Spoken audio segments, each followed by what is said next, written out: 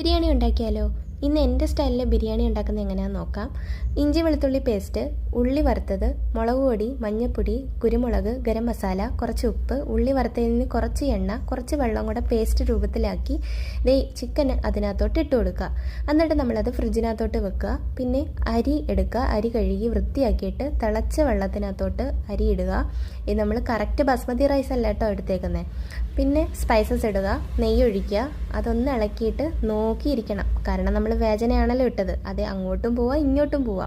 അരുതേ ഇതുപോലെ ഒരു പാകമാകുമ്പോൾ ഒരു സോഫ്റ്റ് വെട്ടൊന്ന് മുറിരണ്ടെന്നുള്ള രീതിയിലാവുമ്പോഴത്തേക്ക് ഊറ്റുക. ഉപ്പിട്ട് വേണേ ഊറ്റാൻ. പിന്നെ തുറന്ന് വെക്കുക. അപ്പം അരി ഒട്ടിപ്പിടിക്കില്ല. പിന്നീട് നമ്മൾ ഫ്രിഡ്ജിൽ വെച്ച ചിക്കൻ ഒന്ന് നന്നായിട്ട് പൊരിച്ചെടുക്കുക. നന്നായിട്ട് പൊരിച്ചെടുക്കണ്ട, ഒരു സോഫ്റ്റ് രൂപത്തിൽ. ഒരുപാട് പൊരിക്കും പോവില്ല, എന്നാൽ ഭയങ്കര സോഫ്റ്റും ആവരുത്. അകം വേവേം വേണം.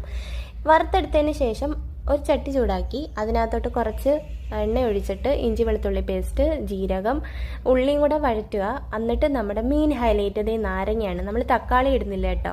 എന്നിട്ട് മുളക് പൊടി, മല്ലിപ്പൊടി, മഞ്ഞൾപ്പൊടി, ഗരം മസാല, കുരുമുളക് എല്ലാം കൂടി ഇട്ട് യോജിപ്പിച്ചിട്ട് നമ്മുടെ ചിക്കനും കുറച്ച് വെള്ളം കൂടി ഇട്ടിട്ട് ഇതുപോലെ ഒരു പരുവാക്കി എടുക്കണം. ഒരുപാട് വെള്ളം ഒഴിക്കരുത്, കുറച്ച് വെള്ളം ഒഴിച്ചാൽ മതി. അതൊന്ന് യോജിക്കാൻ വേണ്ടി മാത്രം. എന്നിട്ട് ഒന്ന് തിളയ്ക്കുമ്പോഴത്തേക്ക് സ്റ്റൗ ഓഫ് ചെയ്യുക. എന്നിട്ട് കുറച്ച് ചിക്കൻ എടുത്ത് അതിൽ നിന്ന് മാറ്റുക.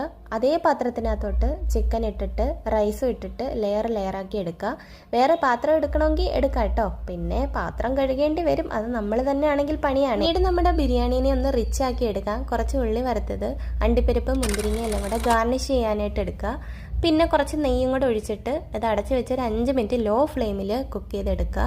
തുറന്ന് കഴിയുമ്പോൾ ഒരു മണമുണ്ട്, എൻ്റെ പൊന്നോ. ഈ ബിരിയാണി ഉണ്ടാക്കിയൊന്ന് കഴിച്ചു നോക്കുക. നിങ്ങൾ കടയിലുള്ള ബിരിയാണി നിങ്ങൾ മേടിച്ച് കഴിക്കത്തില്ല, അത്രയ്ക്കും ടേസ്റ്റാണ് കേട്ടോ. അപ്പോൾ എല്ലാവരും ഒന്ന് ട്രൈ ചെയ്ത് നോക്കണേ പൊരിച്ച കോഴീൻ്റെ ബിരിയാണി.